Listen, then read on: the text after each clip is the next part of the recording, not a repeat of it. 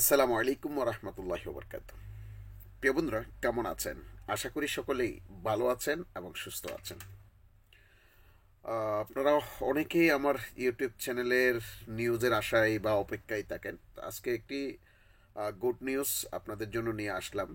যেটা হচ্ছে, আপনারা জানেন অনেক দিন ধরে, অনেক দিন যাবত, মানে কয়েক বছর আমাদের বাহরাইন দূতাবাস, যেটা বাংলাদেশি দূতাবাস রয়েছে, সেই দূতাবাসে রাষ্ট্রদূত ছিল না। আপনারা অনেকেই ইতিমধ্যে জেনে গেছেন বাংলাদেশ থেকে বর্তমানে রাষ্ট্রদূত এসেছে। আহ, এখন আমাদের রাষ্ট্রদূত মানে অ্যাম্বাসেডার আসছে।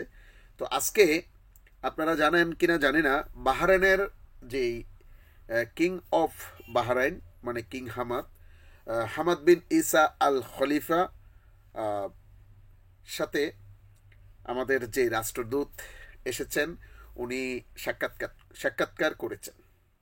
এই সাক্ষাৎকারের আমাদের বাংলাদেশের যে শ্রমবাজার নিয়ে, বাংলাদেশের যেই ভিসা বন্ধ নিয়ে, সব কিছু নিয়ে কথা বলেছেন।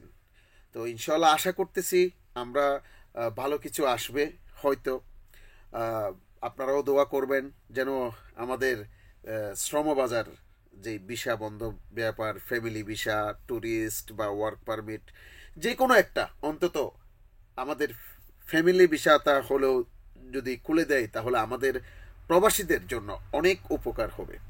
বর্তমানে যারা এখানে ব্যবসায়ী রয়েছে, যারা মোটামুটি ভালো পজিশনে আছে, তাদের জন্য অনেক উপকার হবে। তো আমি অনুরোধ করব, আপনারাও দোয়া করেন যাতে আপনাদের দোয়া কবুল হয়, এবং সবাই সব জায়গা থেকে সাপোর্ট করবেন, আমাদেরকেও সাপোর্ট করবেন, এবং সকল নিউজ পেতে অবশ্যই এই মা টিভি ইউটিউব চ্যানেল সাবস্ক্রাইব করে রাখবেন।